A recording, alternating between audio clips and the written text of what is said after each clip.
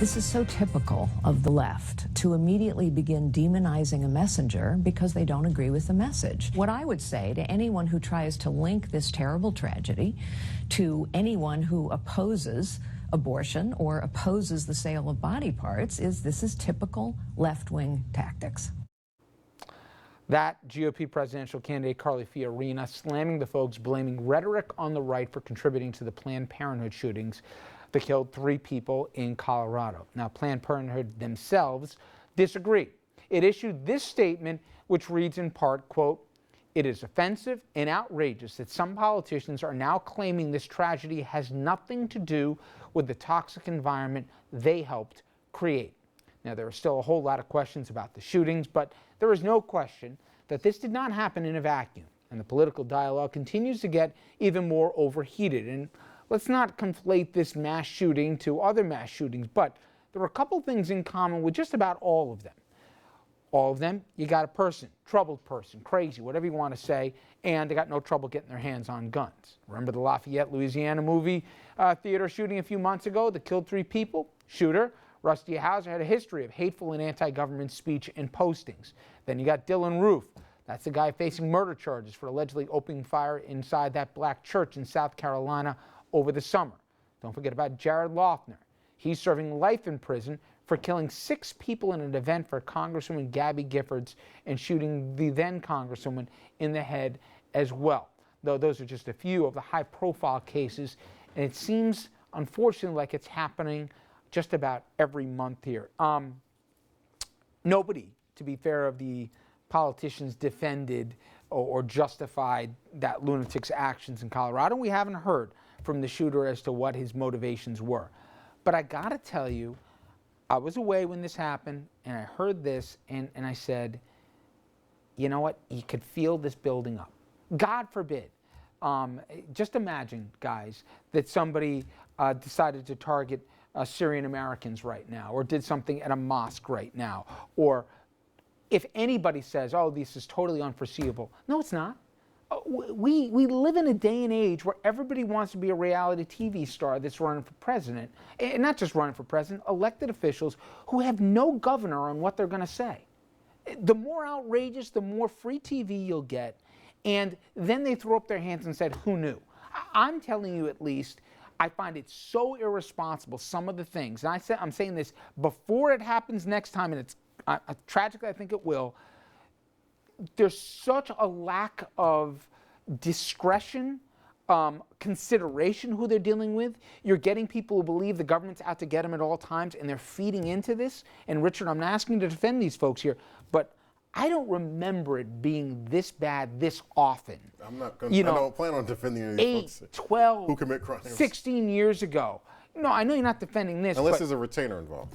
That's concerned. No. But really, yeah. I mean, hasn't it got out of hand? I'm talking about the electeds now. Here's what I think. Want to be. First of all, there's free speech. Okay, everybody, whether and hate speech, the Supreme Court's already spoke to hate speech. That's covered too. Whether or not that incites people to do violent things, I don't think so. People are still responsible for their own actions, or not, if they suffer from mental defect. And I think the message is keep guns out of the hands of people who are mentally ill and keep them out of hands of criminals. Here's where I take That's issue with it, though. If you listen to the Planned Parenthood story from certain people who not just want to be president, Brad, but also people who are sitting as members of the House, the Senate, and forget about the state levels, you would believe the video that was out there was never altered or edited, even though we know for a fact it was. You would believe these narrative that they're selling off body parts here like, you know, it's a Pez dispenser. You'd believe all that garbage because they traffic in these lies here without any kind of fear of recriminations. No leadership ever says, stand down. That's not what we are. That to me is different. Well, and that's to me the ugly part. You mentioned the right term is leadership. And it starts with the elected officials. It's because they have the television time, they have the ability to get out to the people. But I think what's not being mentioned here is what's changed in our universe, and that's the internet. And that makes, well, some of these people who have extreme views and want to do extreme things used to be isolated in many cases, and if someone in their neighborhood didn't agree with them, they couldn't talk to anyone about it. Now they can access all kinds of people who share their views. And when it does, it incites them even more. And then I believe it incites them to act, unfortunately. And that's where it is. They'll be able to communicate with people who have the same strange extremist views that if could happen to Syrian refugees, could it happen to a mosque? Could it happen to anybody who we've demonized over these last number of years? Absolutely. Have politicians helped this? Politicians are helping demonize. They're acting under mental illness, though, not you know normal what, sane people. You know what, though? If you're going to be a killer, if you're going to kill innocent people, can you possibly But be here's normal? where I think it's Under the worse law, than it's just, different than it is I'm not in the talking about reality. free speech, I'm not talking about, of course you can say what you want. But Shelley, this is where today is a perfect example.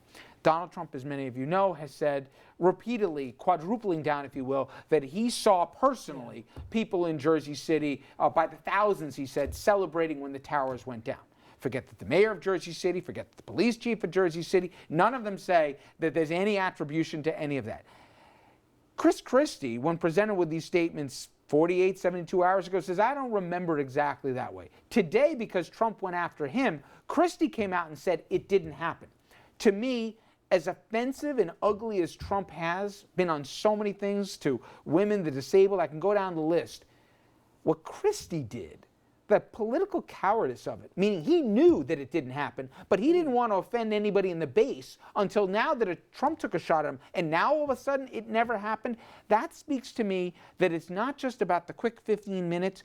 There's ugly calculations that people will make, even though they know that building a wall will never happen, and that all these people coming from below the border are all killing people in sanctuaries. People who know better are doing this. And listen, you say whatever you want. Bush Sr. would never do that. I don't even think 41 would do that. This is stuff where it's become amateur hour right now. And it's one thing with some guy on a radio saying this, but these people want to be commander-in-chief. And I feel it's different than I'm used to seeing. Well, I don't know if it's different. I find it offensive. I totally agree with you. To me, this is where you exercise leadership. Leadership means looking at facts, making reasonable judgments, reasonable statements. I think the convening of these hearings about Planned Parenthood, it's political theater. It's political theater, an opportunity to make an issue out of it.